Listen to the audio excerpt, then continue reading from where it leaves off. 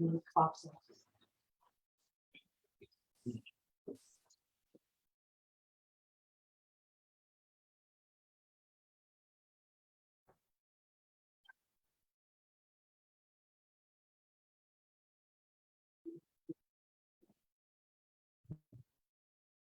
no, no. Okay, Jerry, look like we live on Facebook. Yeah. Yeah.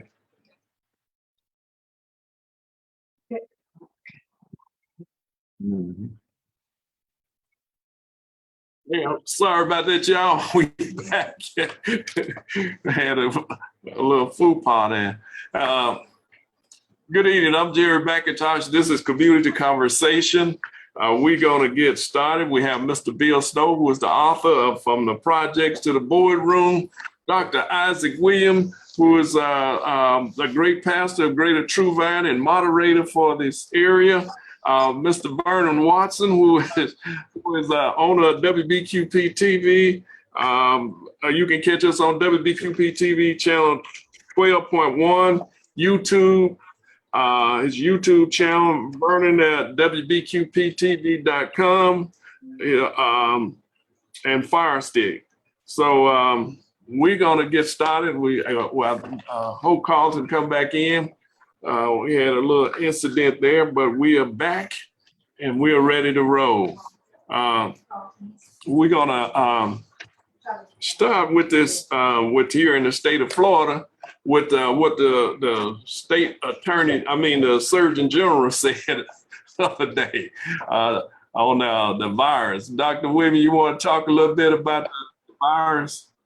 Yes, thank you. Thank you, Jerry, and to Mr. Vernon and Bill, and hopefully Attorney Carlton will be back on with us very shortly. I'm somewhat saddened that our people who have trusted voices, like this newly appointed Black Surgeon General for the state of Florida, if ever there was a new Clarence Thomas in a position to inflict suffering upon our people, this Surgeon General is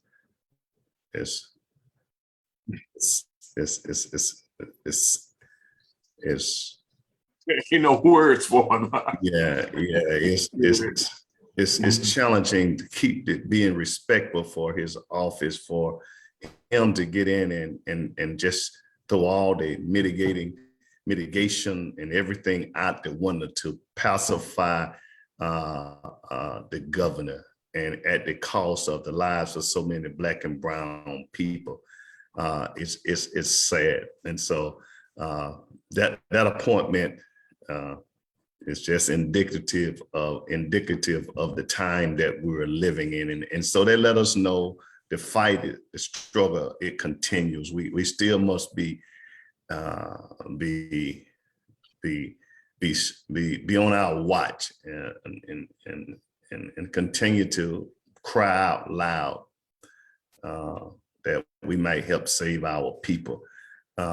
Still, right here in the United States, nearly 2,000 Americans are dying every day from this virus. And if you look around, everything is trying to pretend like this is over. And when we're hearing the chief person, that the chief scientist, the advisor for the president, saying we have to get these people vaccinated because this is going to come back with vengeance in the winter, but it seems like it's falling on deaf ears. But we are hopeful. We're putting on the clinic this Saturday, October the 2nd, here at our church at Greater True Vine Baptist Church, 130 North Pace Boulevard here in the city of Pensacola. We want to invite whoever can come out just to get the word out that this is our official kickoff. We actually started at the beginning of August, but we're going to do official kickoff to to let the community know that from now to the end of the year, we're gonna do everything we can to get the people in Pensacola vaccinated, especially the Black and brown. Our initiative is entitled "Stay Safe, Pensacola."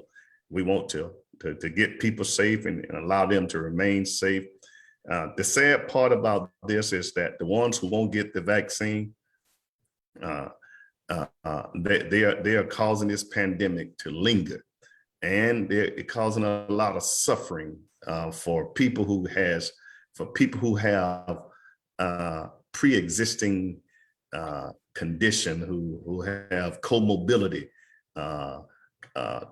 immune compromised systems, and that 5% breakthrough of the people who've been vaccinated, we probably wouldn't have that problem if we can get this other 49% of the people vaccinated. In our community, we got another 65%. We about 35% vaccinated. So anytime you see 100 people of color, 65 of them are not vaccinated. That's a lot of unvaccinated folks. And we're going to these sports events, we're going to the restaurants, we're packing churches out, we're packing funerals out, which I think is sad, as though that this virus is over. Just today, my wife got a text that 3 people of color from Dillard here in Pensacola at the mall, three people of color done died from COVID right here. Renowned brothers, I think one brother named Jackson. He worked in the ladies department selling ladies shoes for the last 30 years. Everybody knew of him, and he died in his either late 50s, early 60s. I think he's in probably around his late 50s. Contracted the virus, and I don't know. In our past, we valued life and longevity. Now death seemed like it's nothing. And so I ask that you all to be prayerful and remain hopeful as we continue to engage our unvaccinated population, that they will take that vaccine. And we continue to give out $100, not to pay anyone for the vaccine, but just to encourage them to help us get to the other side of this pandemic. Now, once they get fully vaccinated, they get $100. If you take the J&J, immediately you can get it. But you got to go through us first. You got to get signed up, go through the portal.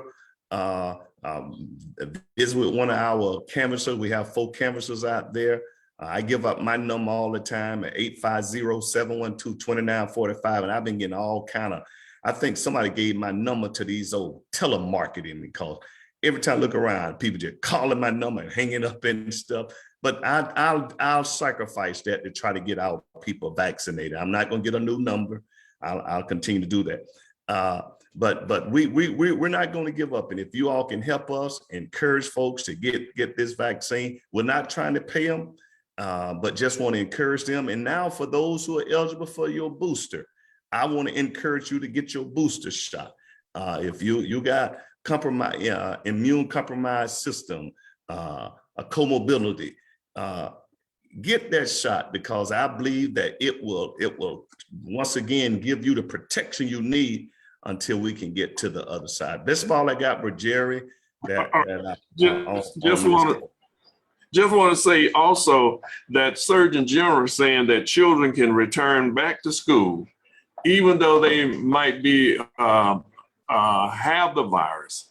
That if the parents has the discretion to send them to school, even if they come in contact with other people that have the virus, or they may have the virus. So that's in itself is really a dangerous thing, because of what's taking place. You got children now who are being taken care of by their grandparents and other people that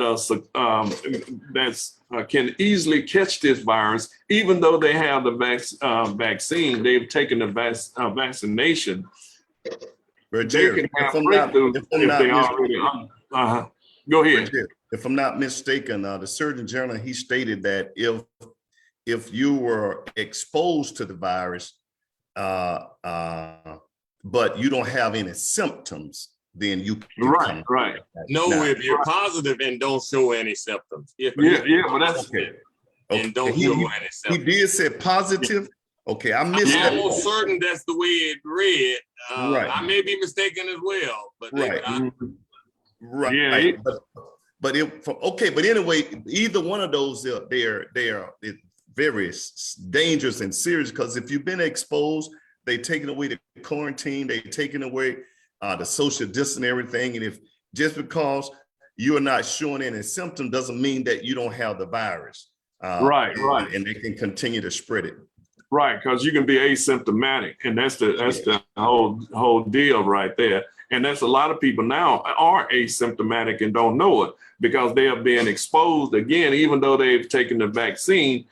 And some of there are some breakthrough where people are actually dying from it. I like the brother that was at working at Dillard. So, and there are others that I've heard, because there were other underlying issues and other immune deficiencies that was taking place. Right. What? And then he said that the mask and the vaccine is nothing but a hoax. That's what really troubling me. You know what I'm saying? He's saying this vaccine. I didn't want to repeat this on the air. For him to say that the COVID-19 vaccine is nothing but a hoax and wearing a mask is nothing but a hoax. That's serious. And he said it's unnecessary. He says it's unnecessary to take the vaccine or to wear the mask because there are other health issues, other things you can do for your health. Well, of course they are, but there haven't been 700 and some, almost 700,000 people died from something else. There's almost 700,000 people that died from COVID-19. And until something is done about that, we got issues, big issues. So, Vern, what you thinking, Vern? What was you thinking? You don't want to get me started on this, Jerry, but Right. I have to agree with Pastor there. I just think that these so-called Black Republicans is just a front for these racist policies. I just don't get me started. Go ahead, Jerry, but don't get me started. Can y'all hear me? Yeah, we hear you. Mm-hmm. Yeah, sorry, I have to do it on my phone for my sound, but you can see me on the video. I just want to say, since the last time we all met and spoke, that was a couple of weeks ago, I have heard from, my grandmother, who's 95, tested positive for COVID, and she's fully vaccinated. She was fully vaccinated from earlier this year, okay? No symptoms, though, asymptomatic, so that's good. That's the good news. Mm-hmm. I have a friend of mine in California, he and his wife, a few weeks ago, fully vaccinated, tested positive for COVID. And they did have symptoms, mild, where, like the whole loss of sense and smell and all of that. Another friend of mine in Atlanta, fully vaccinated, tested positive for COVID. Once again, lost the sense of smell and sense of taste, and was also laid up in bed for a week. And then we also know about Jesse Jackson Jr., who was hospitalized after testing positive for COVID. And Jesse Jackson Jr.? And then recently came out of the hospital, right? And so I just want to say that I feel like when we say that these breakthrough cases are rare, in my opinion, I think that time has shown us that is not true. The breakthrough cases are happening on a regular basis. Why? Because the vaccine is not focused on preventing transmission. It is focused on preventing hospitalizations and deaths predominantly. And so it actually is doing that job at preventing the number of deaths. We're still getting deaths, but people are still getting COVID. And the reason why I'm bringing that up is because you remember the last time that I was on the show, I mentioned to you that a friend of mine, we were hanging out at a bar and there were some nurses who were at that bar. And what did the nurses tell us? That they were not vaccinated and that they had all caught COVID, went through it, and now they were on the other side of it, right? And we also saw that there were studies, or a study out of Israel that was done that Dr. Fauci actually stood by a couple of weeks ago in the news that said that there's a higher efficacy for people who've caught COVID unvaccinated and then have, get through it, and now they're on the other side of it. There's actually a higher efficacy for those individuals as it relates to the Delta variant. However, what we don't know about that is how long that efficacy will stand, right? And that's where the actual vaccine, we have a better sense from the data to know that the duration of that will last, what we're saying, about 8 months, maybe a little bit longer for some. So what that nurse told me is essentially, as long as you're healthy, right? Right. Even if you get COVID, you will not be hospitalized. And so there's no point in getting vaccinated. And I'm not saying that I believe that, but what I'm trying to say to you is that this is the narrative that is the reason why people who have not been vaccinated yet are not going to get vaccinated. And this is the narrative when we're talking about the booster shots, right? As to why healthy people who are already fully vaccinated are probably not going to get the booster shot. So until that narrative is debunked, in my opinion, your Surgeon General, the brother who's now there in Florida, I think that this narrative is what he's basing everything he's saying on. I don't think it's the truth, but this is what nurses and others are saying. So I'm just saying it's hard right now. But Carlton, this is Vernon. I don't have to interject for a second here. There's two sides, there's two edges to this sword, okay? And they can't have it both ways, all right? Number one is that they're against masks, wearing a mask, and then they're against folks being immune. Folks getting the shot, okay? Now, one thing we know for sure, the mask certainly helps prevent the spread of the virus, okay? Whether you're vaccinated or not, it's true. You're so absolutely so true about absolutely vaccinated people can catch COVID. But one of the things, the danger in that, and then not having a mass system to go along with it, because those folks, even when you're unvaccinated or vaccinated, can be asymptomatic with COVID, and they can pass it on to most vulnerable people. And not having a mass system in place to help prevent that or reduce that is just crazy to me. So either they want to say, well, if you don't want to be vaccinated, well, require everybody to wear a mask. If you don't want to require everybody to wear a mask, we'll get them vaccinated. I agree with you. The vaccination part will help keep them out of the hospital, but it won't keep somebody else out of the hospital that's not vaccinated or been vaccinated, but with comorbidities and stuff that will harm them.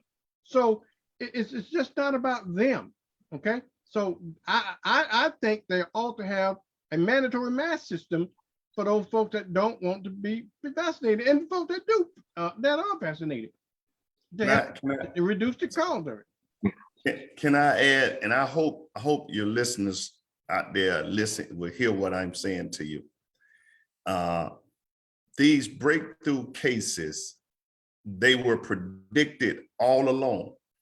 The J&J was only 70% effective. That means after you get the shot, 30 out of every 100 still can get infected. With modernity, 94%. That means 6 out of every 100 can still get it. With Pfizer, 5 out. So we are right around a 5% breakthrough across the country.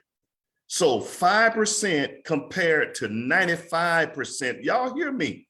Don't let nobody tell you that this vaccine is not working. Yeah, 5% out of 1 million people, that's a lot of folk. But think about 95% out of 1 million people. So that they can always take an anomaly or an outlier, and they'll take that and they'll try to make a point. Don't fall for that. We are dying. Don't do that. Don't even let that register in your thinking. We need to get vaccinated. We need to wear masks. We need to social distance, because we may be tired of this virus, but this virus is not tired of us. I'm telling you. Mask, vaccine, no vaccine, all of it is so relevant. But I think our biggest problem with this whole scenario is the fact that our government, there's too many versions of everything that's making it so complicated. If the ones at the top, especially the White House, the CDC, the FDA, and everybody that has a say in this matter would get with the same accord and start being consistent with the information, I think we get a lot further down the road. But when we look to the top and all of them are saying different things, I tell you, sometimes it appears to be a ball of confusion. But that's what Carlton talked about the last time. They want, because there was so much misinformation given out there from the very beginning, and then the narrative that they were putting out there wasn't consistent. And so if it's inconsistent, that's going to cause a lot of confusion. I mean, because it's common sense that went out the window.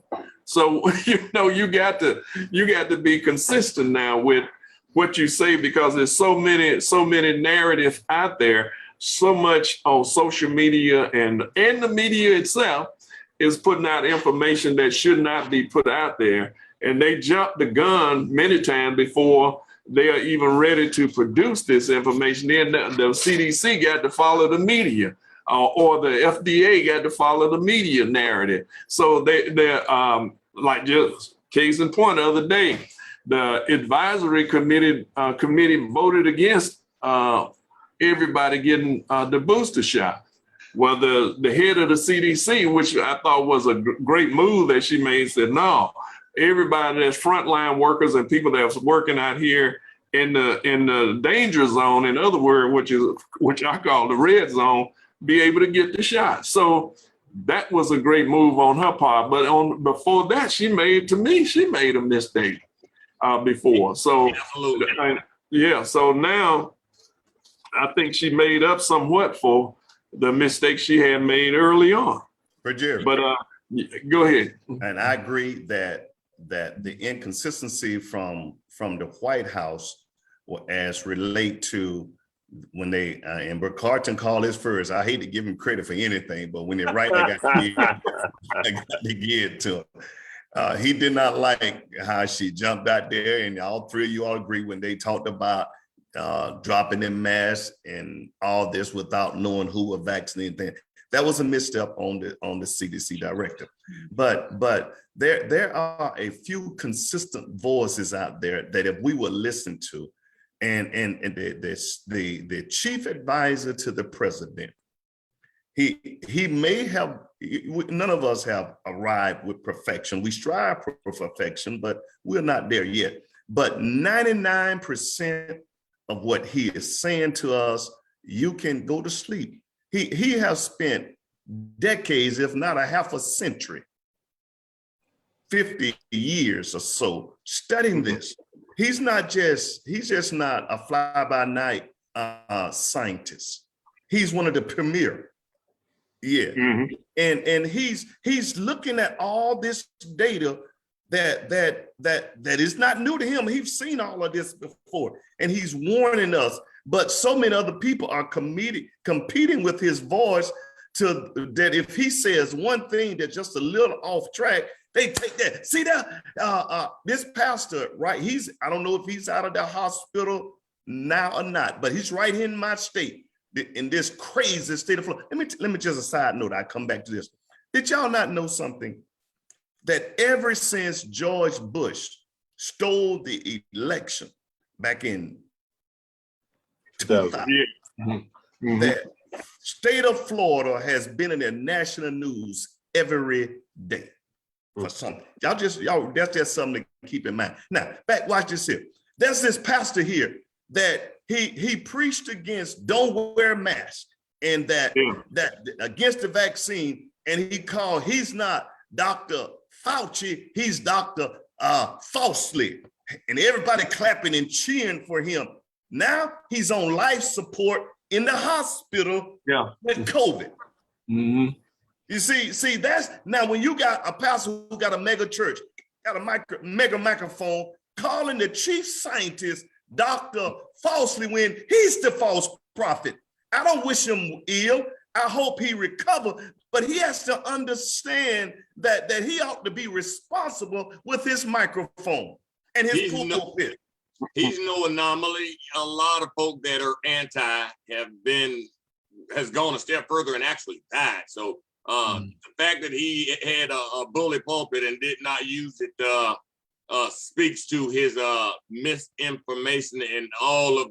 But when you got a voice like you say, Dr. Williams, then you can persuade people in a positive aspect and choose not to. That is very, very sad. Now, I will go a step further and say that our national government, it amazes me that we don't have a national mandate, at least for masks. I mean, states have rights, interposition, and nullification. I get it, but when a state has the authority to go one way, then the governor says one thing, and then counties do something different. It's all so crazy. I have spoken of and said right here on this show that it seems like a modern day genocide. Now, I have often said that I know that this thing is about the dollar, and that's why we don't want to cripple the economy, but it's something. Executive orders can be signed, and we know that after a certain period, they go away, what have you. Seems like the guy in the White, you're a guy, Doctor, who passed away, and you and Brother Vernon guy. Now, I am pro-Biden, don't get me wrong, but it seems like more can be done or said that would nationally mandate. You don't want to override state laws and their rights. I get it, but these are uncertain times. Bill. We are the pandemic of the early 20th century was a real thing, but we didn't have the technology and the wherewithal and know-how and to be able to get ahead of this thing. The reason that this vaccine is out now is because it is a formation of the other viruses, the SARS, the H1N1, all of that. So for us to get ahead of this thing, but not have the intelligence to make mandates to get this thing in control is a travesty. I just don't know. Bill.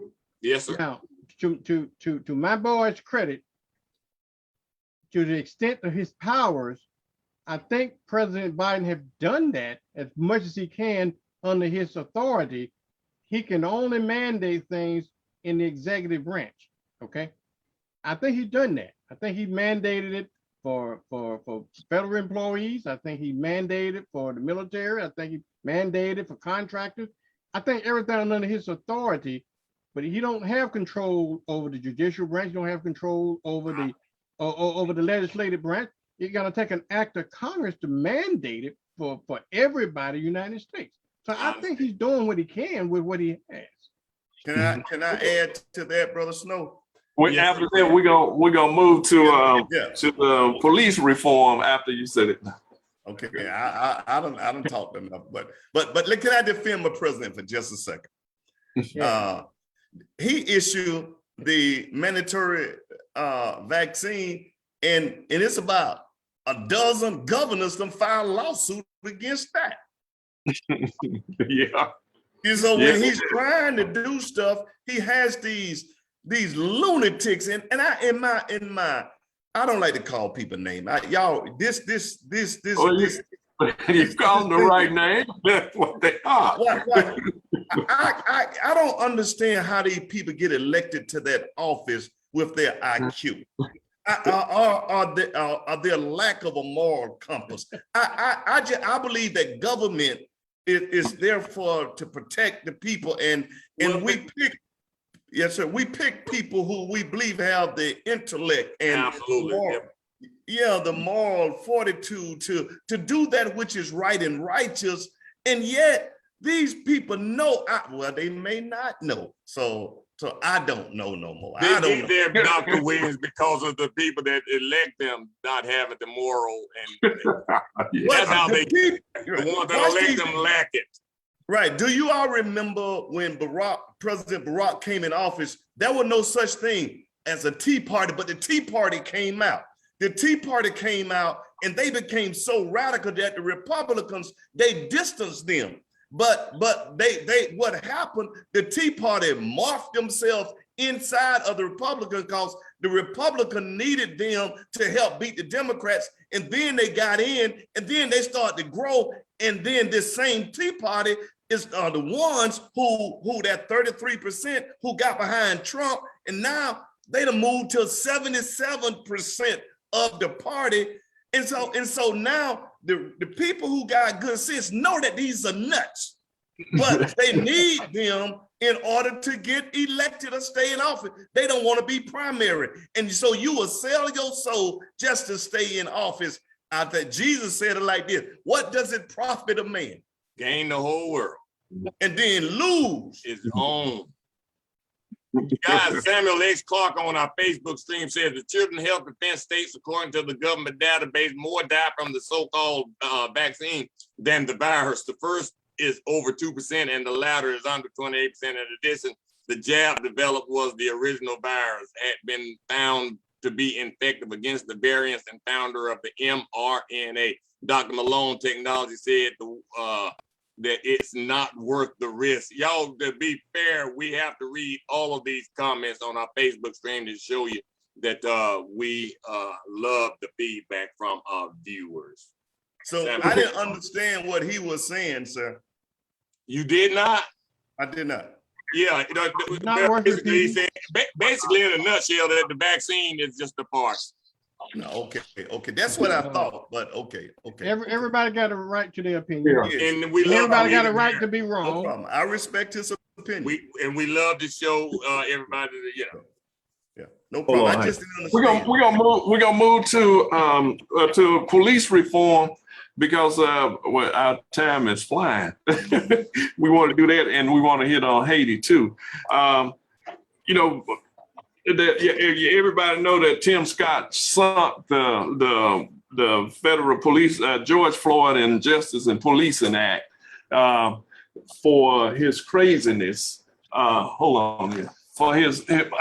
He's always have been the one that sink things, but I knew from the very beginning, we talked about it on this show, that his whole thing was to delay and act as if he was trying to reform police and all of that. But I knew it was as soon as things die down, that's what they do. And the Democrats seems to have not caught up with the times for some reason when it comes to these Republicans, because that's what they've been doing for the last since President Obama came into office. And before that, because they did it during the Clinton administration. But they act as if they're gonna do something for the people. And then they are delayed, and they negotiated same thing with this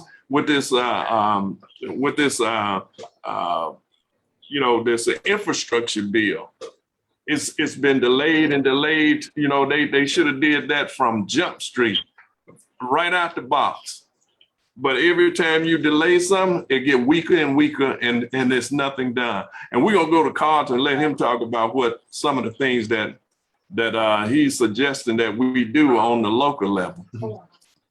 Well, I just want to say, number one, that when we're talking about the policing reform issue, there's two things I want to say.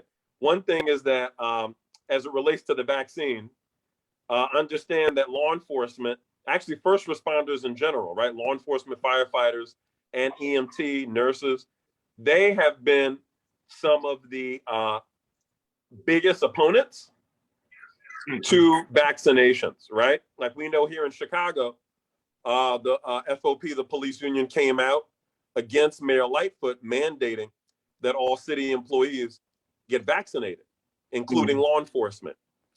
And a good percentage of law enforcement officers all throughout the country refuse to get vaccinated and are right now in discussions with their municipalities and their unions about making, I guess, creating an opt-out option for law enforcement. And I know that even speaking with some hospitals, even on the East Coast that I've had conversations with this week, hospitals are struggling.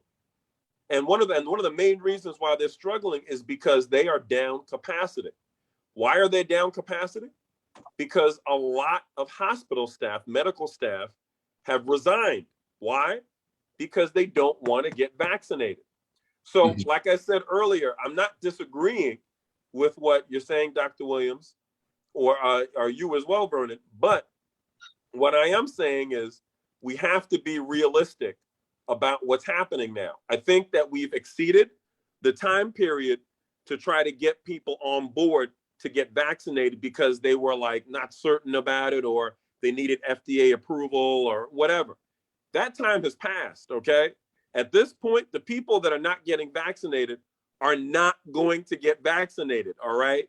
They have already decided, for whatever reason, that they're not doing it. And I think it's important that we just be realistic and start to figure out, okay, we're not going to be able to get everybody vaccinated, even with the mandate. Oh, that's the other thing I wanted to bring up with you, because this directly ties into Florida, is that something else we've seen ever since Biden made that announcement about the vaccinations, is that a lot of people have been getting a religious exemption, okay, or a medical exemption.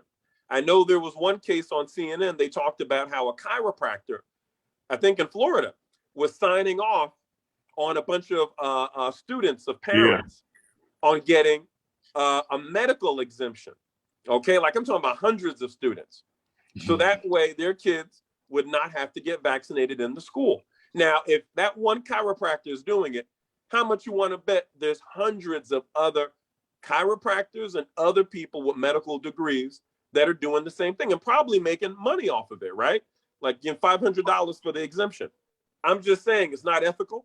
They're probably not supposed to do it, but people do not want to get vaccinated and they're willing to go at lengths, okay? Medical exemption, religious exemption, to not get vaccinated. I saw a story from a preacher in, I think, Oklahoma or Kansas, a white guy who's running for a political position. He has gone on YouTube or on one of these social media platforms, and he's advertised that if you want to get a religious exemption for the vaccine, I saw that. contact me and I will give it to you. I will sign off on it, okay? And he said he's already received hundreds of requests. At the end of the day, we have to be realistic. Not everybody, I'm talking about a large number of people, do not want to be vaccinated, and you're not going to sway them. Judging them and trying to force them to do it is only going to make things worse, okay? I think we just need to live in this world and understand that this virtual stuff is going to be the new norm, because not everybody wants to get vaccinated. And that's the only way we're going to be able to control community spread. Businesses and employers need to stop forcing their employees to show up at the office. If everybody's not going to be vaccinated and you're not going to fire them because you need capacity, like the hospitals that I'm talking about, we need to figure out another way to get this done. Okay, that's all I'm saying. So I just want to put that to bed on that note, because that's the reality. And that ties into law enforcement, because like I'm saying, law enforcement are one of those groups in America that are adamant about not getting vaccinated. And at the end of the day, we need law enforcement, okay? We need public safety. We need to work with them because we are seeing an uptick in gun violence and violent crimes around the country. So we need law enforcement. So we don't want to force law enforcement to resign because you're not going to get vaccinated, okay? That doesn't make any sense. Hold your thought there, Carlton. I got somebody on the phone. Hyson. Okay. Hey, Jay, how's it going? good. Can y'all hear Hyson? Yes. Okay. Yeah. Yeah. Good evening, Jerry and guests and panel. We're just experiencing mass suicide here. Some psychologists and psychiatrists say that suicide is a mental illness. In many cases, many people, not everybody, but many of the people who commit suicide have mental illness problems, and we are seeing that on a national level, where people are so egocentric and self-centered that they would actually risk their lives. They would actually take the gamble not to take a medication that is going to save them from a dreadful disease, from a disease that can kill you. And so the society has become just that insane.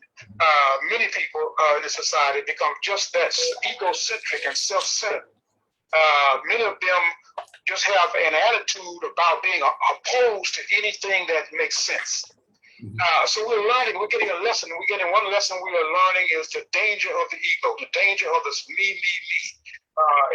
And that is what I see coming from these people who are taking this idiotic suicidal position. It is all about being noticed and being different. And so we see an epidemic or pandemic of anti being against, and so suicide, common sense has failed. Common sense and doing what makes sense has failed. So I just don't know what we're going to be able to do with those who obviously have lost their minds and want to be special. They want to be special. They say, I don't want to take the vaccine. So it's a spiritual problem. It's a problem that's on the level of biblical proportions when you have a situation like this where leadership, it shows you the value of leadership, because the body will do crazy things if the head is not in the proper condition. And so we've had a president that obviously have some selfish, egocentric issues, and so the body is now acting crazy and wild because the head was the wrong head, and now we see the results of that. And I know that's long, Jerry, but all right then. I might ramble a little bit, but basically that's what we're looking at. We're looking at a pandemic of suicide. We're looking at a suicide pandemic. All right then, Hazel. Thanks for calling. Thank you for taking my call. All right. All right. And did you want me to continue with the Yeah.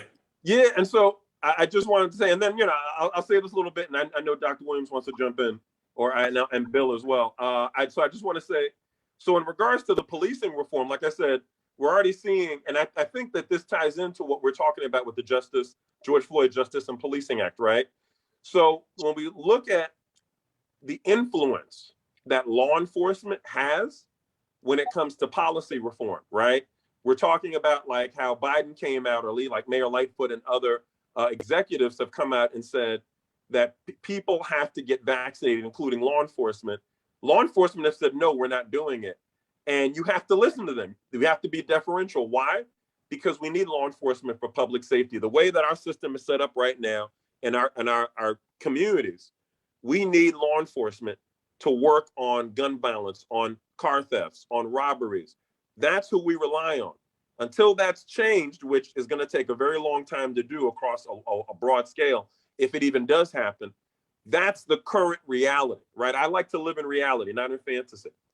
The other, and that ties into the vaccine, and that's why, to me, this whole idea of everybody getting vaccinated, if you can't even get law enforcement on board with that in a big way, you can forget about everybody else doing it. If you can't even get nurses on board in a big way, you can forget about everybody else doing it.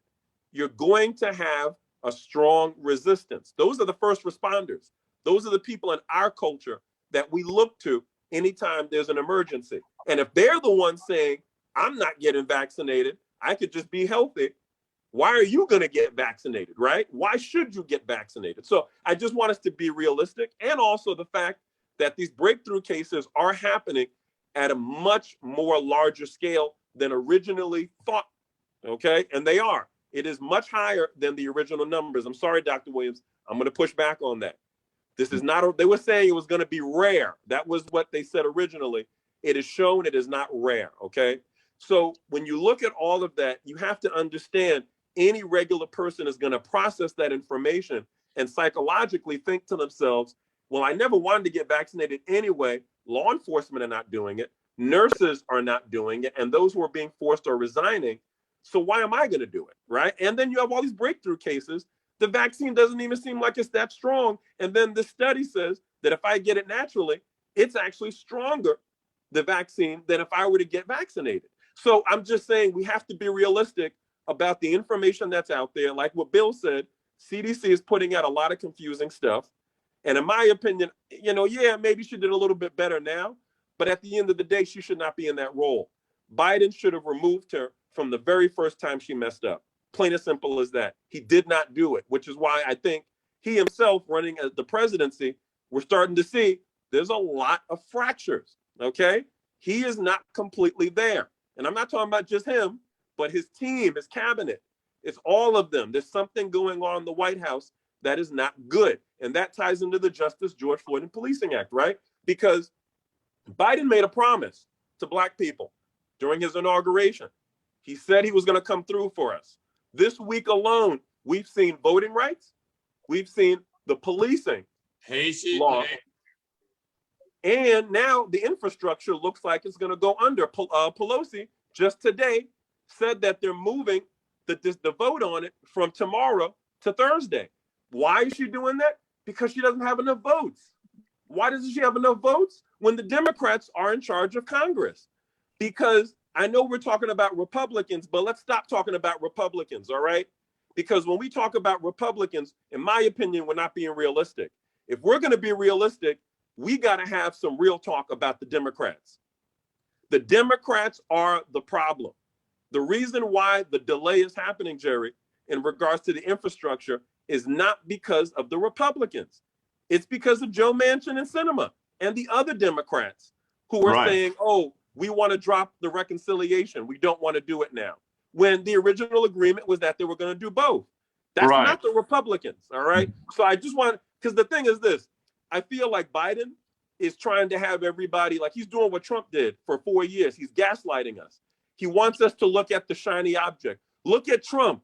Look at all this stuff going on with him. Look at the Republicans. Look at what they're doing and not focus on what the Democrats are not doing, right? They're the ones that made a promise to Black Americans, and they're not coming through on it. And look at immigration. Look at the way the Haitians were treated when they were on the Border Patrol on the horse, whipping the rain, knocking down Black people. I mean, that's Biden's administration. That's not Trump.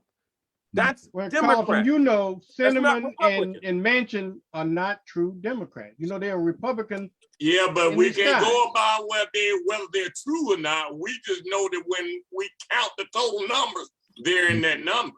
Hey, can I interject for a second? Yes. I do believe that light need to be shined back on the Republicans. Tim Scott is a Republican. He is the one who killed this bill along with Mitch McConnell and all the rest of them dealing with police reform. It wasn't the Democrats. Everything I would argue, Bro Carlton, and I like, you know what, if I ever get in trouble, I love for you to be my attorney because you're persuasive, brother. You're a good arguer, dog. I don't agree with nothing you saying, but they said, well, you can't argue the fact. You argue something else. So you argue something else in a minute, brother. But watch this. Watch this here. Police should be, when you were saying that the police against the vaccine, the first thing that police is there for public safety. And when you are not concerned about public safety, why put on a badge? Why put on a shield? So I want to pivot on a few things that you said that I think it's important for our audience to hear, is that when you were saying people we look up to, like the police and these nurses, they're not doing it. Well, watch it. The nurses look up to the doctors. 99% of all physicians been vaccinated. So it tells you that that's an outlier. These nurses who are out there listening to stuff over there in Echo Land, and these are diehard Republicans. You got Black Republicans too. I'm not against your political affiliation, but they begin to echo that same stuff. In Houston, when they mandated all the people in that, I think they got 14,000 people, 200 nurses said they weren't going to do it. And the news media went in there and blew it up like all the nurses in the United States were against it when they 200 out of 14,000. So we have to be careful how we take a small segment of people who are against. And I couldn't agree more with this brother who you took that phone call with. We're living in a pandemic of ego nuts. I like these people. You don't want to try to get to the other side. If a school system can mandate wearing uniforms, but you can't mandate wearing a mask. You can mandate what clothes I got to go buy to come in that school system, but you can't mandate a mask to protect my life. All of this is just, it's a pandemic of stupidity. And it's time out that we kind of justify these people. It's time to get on board so that we can live. People are dying like crazy, which you all, it makes no sense. As soon as they get sick, I guarantee you they're going to go to the hospital. You don't see them say, hey, I got this virus. I'm going to go hang out with my AR-15 and I'm going to drink me a beer and smoke me a stogie and I'm going to die. No, they run straight to the hospital. So now clogging up our system when people who got heart attacks and got cancer and stuff want to live, these nuts talking about, I got rights. You got a right to keep other folk from dying. Jerry, I want to interject here on Dr. Isaac Williams when he says that police are concerned with public safety. That just goes right over my head for the simple fact that I know that they're sworn to protect and serve, and that public safety is should be at the top of their agenda, but that just isn't the case for people of color in this nation. So I just wanted to interject and make that clear. That this police, we have to know why police was formed in the first place. They were absolutely to protect property. Yes, not us, but that's property. Correct. We were considered still aren't included. Yeah, we was considered property. So that's the whole. Yeah, so that's why they you know, it seems to me that it's been a declared war on Black people by law enforcement. You know, we keep talking about, I hear people talk about training. Well, if it was the training, then you would treat other people the way you would treat us. Yes. You know, I mean that they would be suffering the same indignation that we are suffering. So when they talk about training, you know, that's not the issue as far as I'm concerned. My concern is that the government and the legislators in this country has to do something to make sure that when a person do something to somebody, before we end up with the total breakdown of law and order in this country, because it's going to happen if it continue on that direction. The trajectory is already showing that people are already angry at law enforcement. They have no trust in the Black community whatsoever. Zero. And so that means that if they don't change the trajectory themselves, along with other people in the legislators, that you are looking at the total breakdown of law and order in the country, and the country can't survive like that. And the thing about it, it's not going to be just us either. You know. Yeah, and oh, y'all can, okay, yeah. And so I do want to say that at the end of the day, the Democrats are responsible for the breakdown of the George Floyd Justice and Policing Act. The reason being is that, in my opinion, they should never have invested all their eggs in one basket. And that's what happened. They invested all their eggs in Tim Scott instead of getting the Democrats together in the Senate and the House to, because they're in the majority, the same thing the Republicans did when Trump was president, right? They were the majority, Trump was the president, and they got their eggs invested all in a bunch of different things. And guess what? The first 100 days, they eviscerated all of President Obama's policies, period. And the only way they were able to do that was because they had a concerted effort. Even though they all didn't agree with Trump, at the end of the day, let me finish real quick. At the end of the day, they all agreed that we are Republican and there is a Republican agenda. And this is why our constituents vote us in. And so they got it done. And now the Democrats did the same thing, but guess what? Not everybody's on the same page. And so that's why we're not getting anything passed. Right. And I'm talking about the referendum that was made on Democrats by their voters. I'll be quiet, but watch this here. This is what perhaps is being misconstrued. The Republicans did not get together and get 10 Democrats to help them do anything. Everything that we're trying to do now require you get at least 10 Republicans. Everything they did in Trump first 100 days, he did it through executive order.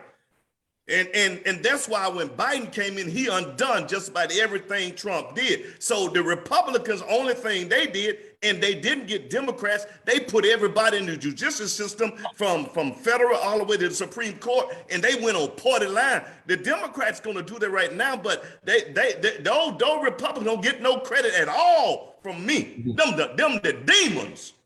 So I just want to, but what happened? But what happened was like, I'm sorry, but Carter, I shouldn't have said that. Please, y'all forgive me. Actually, the Republicans did get a lot done with Congress and with Trump, because you have to understand there were a lot of things that there's only but so much you could do with executive order, and at the end of the day, the purse strings, who has the money to back up any initiative the president wants to do? That's the responsibility of Congress. Congress has to approve that. That's their responsibility. They have the money.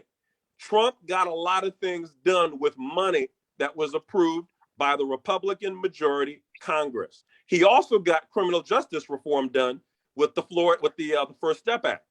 That was done with Congress, okay? So I just want to say, let's just, like I said, I live in reality, and it's important that we all do too. At the end of the day, what Trump had, Biden has, but the only difference is that when the Republicans, no matter if they disagree, they all come together and they still push forward their agenda. When the Democrats are in charge, we saw this with Obama too. Don't forget the blue dog Democrats, right? When the Democrats come together, they don't concert on an agenda. They do all of this. They do infighting. And then the Republicans, they just sit back and they'll throw in a little bit of fire every now and then to keep it going. And that's as far as it goes. And I'm saying that Democrats, they could have learned lessons from Obama's administration. And Biden should know better. He was there for 8 years with Obama, okay? And say, you know what? Let's forget about trying to do things with them. Let's get our house in order and push forward the agenda that we promised to our voters. Democrats have not done that as of yet. That's what I'm focused on. Go ahead, Doctor. If you all saw the press conference a few days ago, Brooke Carter, I love your passion, brother, and I love your I like to love to watch these Law and Orders when the attorneys in there, and they said my informed or my educated brother to the left. They call the lawyer my esteemed intellect to the left. I'm gonna call you to the right because I think you are Republican. So I'm going to but this is what I'm trying to say though. This is what I'm trying to say, and I done talked enough tonight. I'm gonna shut it down after this. Watch this. If you all saw the press conference that President Biden, my main man, I'm riding shotgun with him 24/7. He said that you all saying that I haven't lived up to nothing. He said, slow your roll. I'm doing bro man. This bro man talk now. He said, slow your roll. He said, I didn't promise I was get everything done in one day. He said, it's gonna take me a year. He said, I don't care about these polls. I don't care about all them frogs out there in the pond making all that noise. He said, I'm going to get everything that I said done, to include bringing Cinnamon and bringing Manchin on board. He's going to do it. He said, give me a year. Now, you all may not recall, I told you, I suggested this 6 months ago, that give him a year. Give him a year. And now he done told you all what I was saying. Give him a year. He'll let Manchin and Cinnamon push their little chests out, act like they the president and slowing up stuff. But then when he get ready, he gonna grab him by the stack and swivel. He gonna come in my office. You gonna get on board, or I will put the full force of the federal government against you for the rest of my tenure. And they don't want that. And so right now he letting them feel like they can control stuff, let the process go through. But that's going to come to an end, as Bro Vernon said it earlier. He said for the midterm, this legislation is going to get passed. We want everything done right now. But it doesn't have to be done right away. He gonna get his agenda through, and at the end, we all gonna be singing "Kumbaya." Me and Bro we gonna go get us some martinis. I'm gonna get mine, non-alcoholic, and we gonna drink and we gonna get kind of my brother. Brother Samuel X. Clark on our Facebook stream, I really wanted to get this in, says that I appreciate you all's openness to various alternative rational opinions. I'm glad you all know that I love you just on different sides of the jab debate. You all are very valuable to our people, and I am one that truly value your opinions that I mostly agree with. So I think that's pretty admirable for him to come back and say that, which is what we really, really try to do here. I'm sorry, go ahead. Yeah, I was gonna say that, even, we all agree that, we voted for Joe Biden and like Joe Biden, but I'm looking at the time span. Next in 2022 is the elections of the congressional offices, the mayors and state senators and all of that. If we don't have that Voting Rights Act, people are gonna be disenchanted. They are, even some of the top leadership in the country is becoming disenchanted with the slow pace of things moving, because they know that if they don't have these if the rights to vote is not there and protected, like in Georgia, in Texas, in Arkansas, in Mississippi, and other states around the country, if those are not protected and you can't get the right to vote because of voter suppression, all kinds of things that they are putting in the place, in the way of us being able to vote, it's going to be very difficult to get people to turn out. Because they're saying, we voted for these people so they could protect our right to vote. They said they didn't want a dictatorship. And this is where we are headed if we are not very, very careful. We are headed toward a dictatorship, and a prolonged time going to give these lunatics, right-wing nuts, the right to run the country. I agree with you, Jerry. We can't wait. We can't wait. That's right. Time is of the essence. One of the things that the Republicans did, they put over 200 some judges on the bench. Yes. In the country. They put 3 Supreme Court justices on. They took the seats from Obama and Joe Biden. Took them 50 votes. They didn't care nothing about the filibuster. They used the nuclear option on everything. It is the Democrats who are allowing, like Joe Manchin and Christian Simlin and others, who are allowing this filibuster to sit in place that can stop us from having power in the country, from voting. And it's against the Constitution. But the 13th, 14th, and 15th Amendment was supposed to protect us and give us the right to vote and give all that. That nobody it seemed to me, is fighting based on the Constitution. Yes.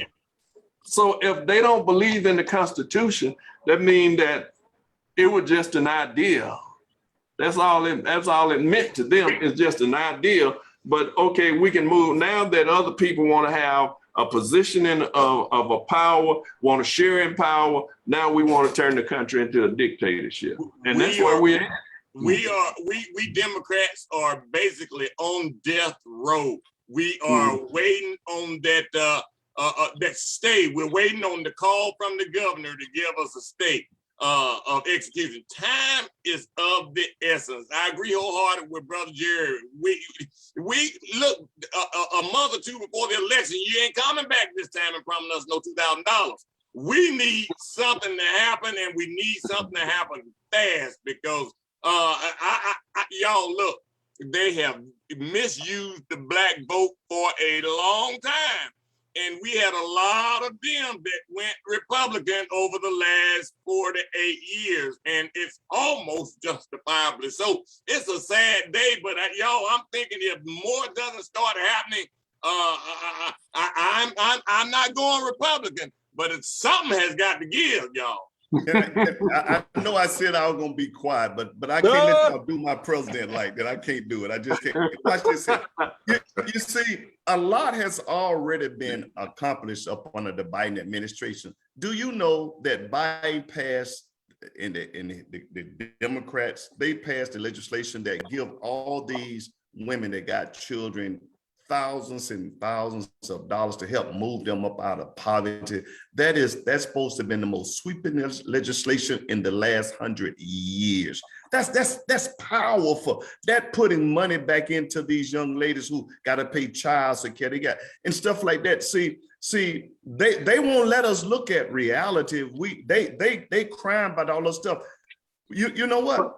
We gonna get voting reform. We're gonna get the infrastructure, but the infrastructure bill that, excuse me, that's out there, it says that 95% of those jobs are going to white men. They ain't coming to us, but we want to push that through. We have to understand that. We talking about the George Floyd policing. I don't know the infrastructure. No, we talking about George Floyd.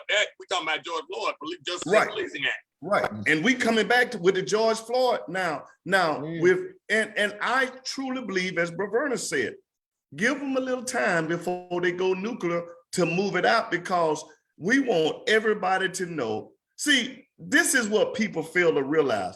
The Democrats they act as a democracy. They work together. They don't just go in there and beat folks out of the head, say you got to do what we said, everything. They let you have a voice, you work out, we craft these ideals and the best ideal and the best. We're playing nice, I get it. Yeah, but then we'll go forward with it. So we're gonna get what we need, and I just think that if we would be prayerful, we'll be patient and be proficient and stay focused, we're gonna get there. And we don't feel the urgency that the sky is falling. We're gonna get there because they gonna redistrict, and most likely the Republicans will take the House, because it doesn't matter how you vote if they carve out the district so the minority can still win. But I don't think they can carve out enough for the Senate, because that's a state race, and I believe the Senate going to remain in control of the Democrats, and then Biden can get all of his judges in for the next 2 years. So it's going to work out.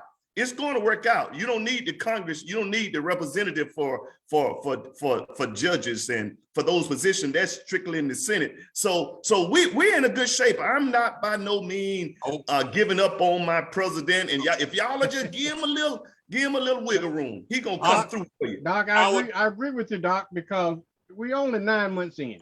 Only 9 months in. These problems wasn't created overnight. They're not gonna get solved overnight.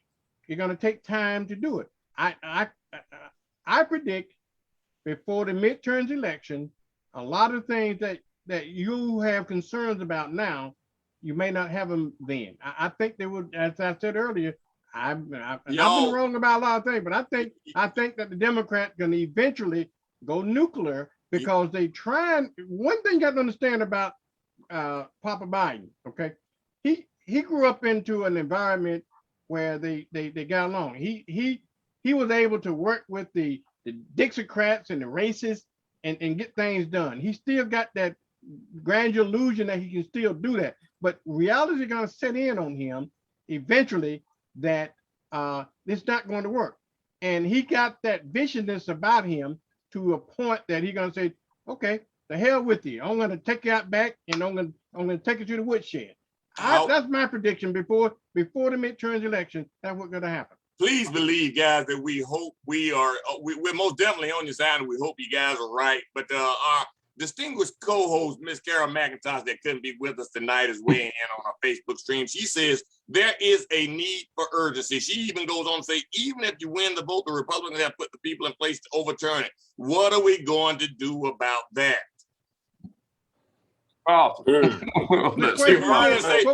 also asked, did Vernon say Papa Biden? Grandpapa Biden. Yeah, that's daddy.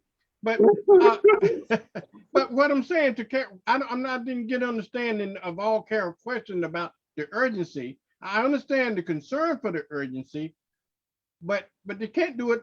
You can't do these things overnight. Things take time to get done, and I believe that uh, in time things will happen in time. That's just my opinion about it. You know, when it's just it can't happen too soon and it can't happen too late. But I think they're going to happen whenever they're able to happen. Now, let me tell you this: that we're not going to get 100%. I live by the 80-20 rule. I believe by the midterm election, I think Biden going to get 80% of the things that he wants in order to win the 22 sessions. Because if you don't do it, then that's the last opportunity. Because if they lose the House and they lose the Senate in 2022, it's all over. It's all absolutely over with. They only got 18 months to do what they're gonna do, but they can't do it in 9.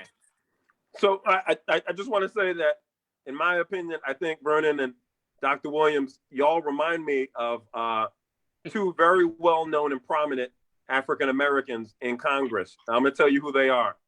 One of them is named Senator Cory Booker. The other one is named Congresswoman Karen Bass. Do you know who they are? They're the two people that were negotiating with Tim Scott on the George Floyd Justice and Policing Act. And it's funny because on MSNBC, they have a whole skit where they show clips of them and Congressman Clyburn months ago saying, oh yeah, we definitely believe that the Republicans and Tim Scott are working with us in good faith. And if we just give this some time, you will see that we're going to pass the George Floyd Justice and Policing Act. And then they fast forwarded to the clip recently from Cory Booker, where he said that, oh, there was too much of a big of a gulf between us and Tim Scott. And so the whole thing collapsed. At the end of the day, I'm just saying, at the end of the day, I think that when you keep on delaying, and giving essentially rope, right? You're giving rope to the Democrats, you're giving rope to the Republicans and Biden to get it right. That does not, in my opinion, that does not support accountability. The whole point of us being voters in a democracy is that we have the power to vote them in. We have the power to vote them out. That is accountability. We need to hold our elected officials accountable. And in my opinion, the more excuses that we make for them, the more that what happened to the George Floyd Justice and Policing Act is going to happen on every issue, including voting rights. And that's the number one law that needs to be changed, okay? And then that's not happening. Manchin already said he's not going to support it for this year. And I just want to highlight one other point to you. You keep on saying, oh, we need to just give it time, give it time. Okay, last time I looked on my watch, what is today's date? September 26th, 2021. Okay, when does Congress go out of session? Do you guys know that? Probably late October, November. No, this is What? I was gonna say December? yes. All I know is this. We have up until, I would say, a month from now. And at that point, we are full gear, everybody in America, into holiday season. Right. Because at that point, once November hits, people go on vacation, even before Thanksgiving. Once Thanksgiving hits, people are gone for the rest of the year. I'm just saying, like, let's just, once again, I live in reality. Right. Let's be realistic about the timeline. Right now, the timeline is not that Democrats are going to get things. They don't get it done this month. In October, which is this week. If they don't get it done, then forget about it for this year. It's done. That's all I want to say. Bert Carlton. Okay, I agree partially what you're saying, but mostly I don't. Now let me tell you, Maya Angelou once said, "When a person show you who they are, believe them the first time." Okay, yeah. I think it's a strategy that Biden administration is doing. I think they want to be able to show in every effort that they tried to work with these fools on the other side. Even that shiny object they call Tim Scott. Okay, they probably knew that wasn't gonna pan out, but they had to risk it to say that, okay, we're gonna try this, but we're gonna show the American people that we did try to work with these fools and it did not work out with them. And so again, I'm gonna stick by my nuclear options agenda. And I think they're gonna need to go nuclear with them. They're gonna blow up that filibuster. They're gonna go, because they have no choice at that point. Because if they don't do that before the midterm election, then all cause gonna be lost. So Yeah. I'm saying, all I'm saying is, I think it's a strategy. Samuel X. Clark I think it's comes a back with- strategy. Samuel X. Clark on our Facebook stream comes back with a really, really good note. He says, we must unite and not depend on a Democrat or Republican clan, KLAN clan, to do just for us what we should be doing for ourselves. We were not promised anything by Jim Crow Joe, is what he says. One lets you know where they stand, waking you up, and the others put you back to sleep as he smiles in your face, but practice similar policies. Wow. Let me add this, bro, Carson. I won't be long on this. But Bro Watson is speaking words of wisdom, and you all may not be hearing what he's saying. Watch this. The George Floyd did not pass, right? Right. Once you go nuclear, you don't need the Republicans. Anything that they are stopping, we have, the Democrats have tried to say, we want to be good faith negotiator. We want to come to the table. We'll let you get something, and we'll notice how the Republicans are. They would not even agree to have a commission to look at January the 6th. Democrats gave them everything they wanted, and then they ran out the room. So everybody understands that's reasonable, that the Democrats trying to make this a democracy. But if you don't, we going nuclear, and we'll get everything passed in a month because the bills are already written. Oh, they got to bring them up, pass them, and send them to Biden. Our time is and ran out on us, y'all. But we didn't even get to Haiti. We will get to it next week on Our Voices. But we are gonna get to our shout out. Hey, bro, Bill. We don't do shout outs on community. Go ahead. Jerry, I want to say one other thing. Now, the partner says something very important. We can't get nothing done until if they don't get it by October. But watch this. When those Democrats go back to their local district, they gonna get an earful. They gonna know when they come back in January, it's time to go nuclear. If they ain't getting it already, I don't know that they're gonna do it inside of the next 2-3 weeks. They should be putting that pressure on now. All right, I'm done. Yeah, we got a couple more minutes, y'all. I forgot we do only shout outs on Our Voices, so we'll keep it moving. Hey, Jerry, I got a question. Where's the limit on the time? Where's the limit? I mean, why do we have a limit? We really, yeah, we just usually go an hour and a half. We go an hour and a half. Sure, I understand.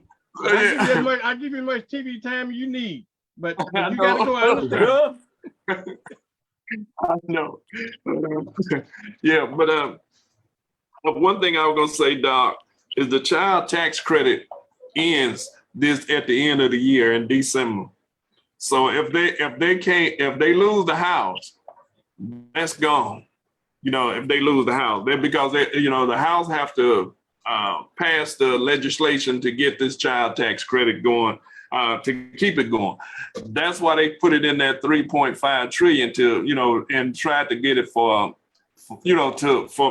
infinity, really, that child tax credit. But the human infrastructure that they have talked about in the Democrat Party is something that the right-wing Democrats, who are just really fake Democrats who don't care nothing about, because Cinnamon got $750,000 from the pharmaceuticals. Joe Manchin getting all this money from the energy, millions of dollars from the energy departments, oil companies and coal companies and all that around Virginia. So they are not concerned about it. And even if they lose their position, they're gonna get $1 million lobby jobs. So that's why they don't care. They don't care, even though the people that voted for them were, black and brown people that got them over the hump. Because if you don't have that, in Virginia, if you don't have that 5% or 10% of black people that's voting for you, you don't make it there. But they really don't care, and so that's their whole objective is to not do anything, or not let, and then don't let anybody else do anything. And the sad part about it is that two senators can hold up something. One senator can hold up something. I think that's a tragedy in itself. It's really asinine that one senator can hold up a whole bill, and hold up legislation forever. The really sad part is that we don't hold these people accountable. They say that they're going to do one thing, but when they get there, it goes a completely different way, and there's no real accountability, because Manchin and Sinema should have such pressure from their constituents right now that you would think that they would be moving now.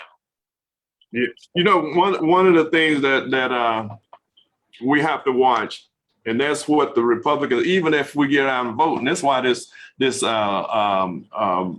voting right bill is so important, because they're saying they're going to put people in place. If they don't like the election, they're going to overturn the election, even if somebody else wins. It's not going to be certified. So that's going to be a problem in itself.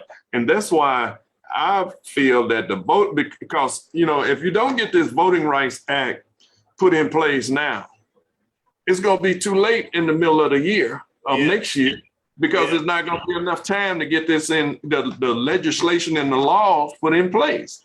And so we got to do it now. It's got to be done now, at least before the end of the year. But Jerry, why does it have to be done that soon? If the law is passed, let's just say it's passed in April of next year, it's going to nullify all that stuff in the state. It doesn't. They ain't gonna rewrite no state law. This federal law now, and federal law gonna trump state law. So whenever it comes in, it's law now. And the only thing they can do is start trying to appeal it through the Supreme Court. But if the Justice Department won't fast track it to get it on the docket through there, it ain't gonna happen, because the Justice Department gonna have they say so on that, and they can bury that for the netter. They come up with all these briefs that stop everything.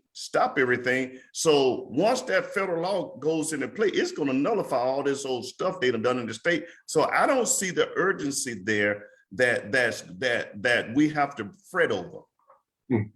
Carlson, let me get this in, Jerry, before I go. Brother Carlson, you're a lawyer. You can probably understand this, and you can verify whether we're right or not. And I agree with Doc Williams, because the later into the year, the closer we get to the midterm elections and the law could be passed, is less chance for them to start appealing it to the Supreme Court. And so before the election, for the midterms. So even if they did appeal it to the Supreme Court, and to get there, it's got to be after the midterm, so the damage would be done. So I agree with you, Doc. So I think it's a strategy. That's my opinion. So it's just funny to me that, do you know who else is saying the same thing that both Vernon and Dr. Williams is saying about the voting rights bill? Oh, Senator Manchin. Senator Manchin came out this week, and he said that he believes that the voting rights legislation should be voted on next year, and that he is not going to address it this year. And that's why for this year, the voting rights legislation is dead in the water. Yeah, so to me, that's no problem. I know you said I that. agree. What's the urgency for it? But then you also call. I'm just saying, but y'all also call Manchin a fake Democrat. So I'm just saying, Manchin's the one pushing the strategy that y'all are pushing. So like what you said, there is a strategy, right? There's a reason why Manchin, who Jerry just said is getting millions of dollars from big business and interests, why he would come out with a statement like that. I'm just saying, in my opinion, when Jerry says we need to get that done now, Manchin is not saying that. There's a reason for that, because it might be easier for them to put a barrier on getting it done next year, especially considering next year is going to be a very political year for everybody, okay? Not only on the federal level, but on the state and local levels. There's a lot of elections happening, gubernatorial, like in Georgia, like here in Illinois, and also on other levels. And so I'm just saying, this year is the year to get it done before all of that other hectic craziness happens that's going to be, like I said, gaslighting. Look at the shiny object here. Don't pay attention to this other thing. There's a reason why Senator Manchin is agreeing with you and wants to have it pushed to next year. I disagree with that. I'm sorry, I'm not a Republican, but I'm also not a Biden supporter. I'm not. What I am somebody who is a realist. And a realist is saying we need to get this stuff done now. Biden said it was going to get done now.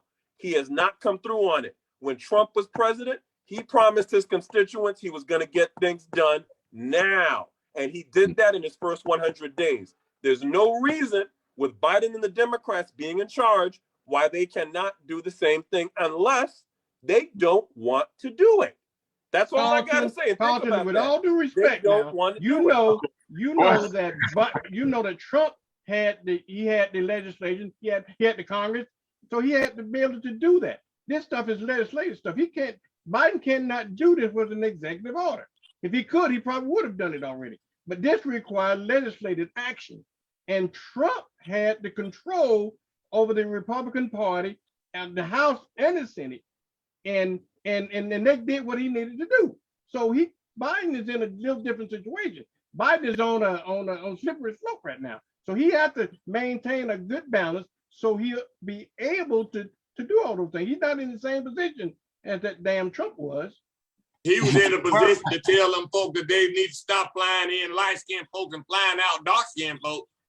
And I want to echo what Vernon said. It just came back to my attention. He had Paul Ryan as over there. He was the Speaker of the House, and he had Mitch McConnell his first 2 years before he lost control. Yeah, that's how he got that big tax breakthrough. But I'm saying once he didn't have both houses, he ain't getting that done but executive orders. And so Biden, and he had it was 44-56 for Trump when he came in, then it went down to 53-47.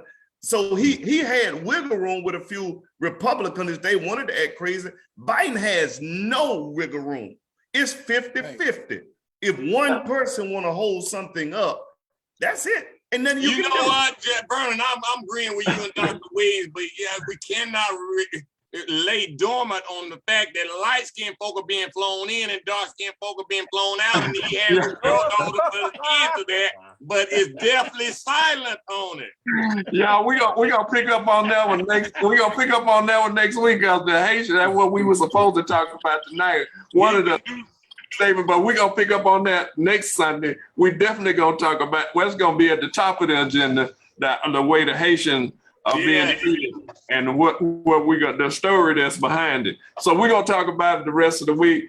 Carol will be back next week, and hopefully everybody else will be back next week as well, because it's been a deep conversation, and we want to thank everybody that's listening, that always be that's with us. We want to thank Vernon with WBQP TV channel 12.1, his Roku station, Fire Stick, and WBQPTV.com.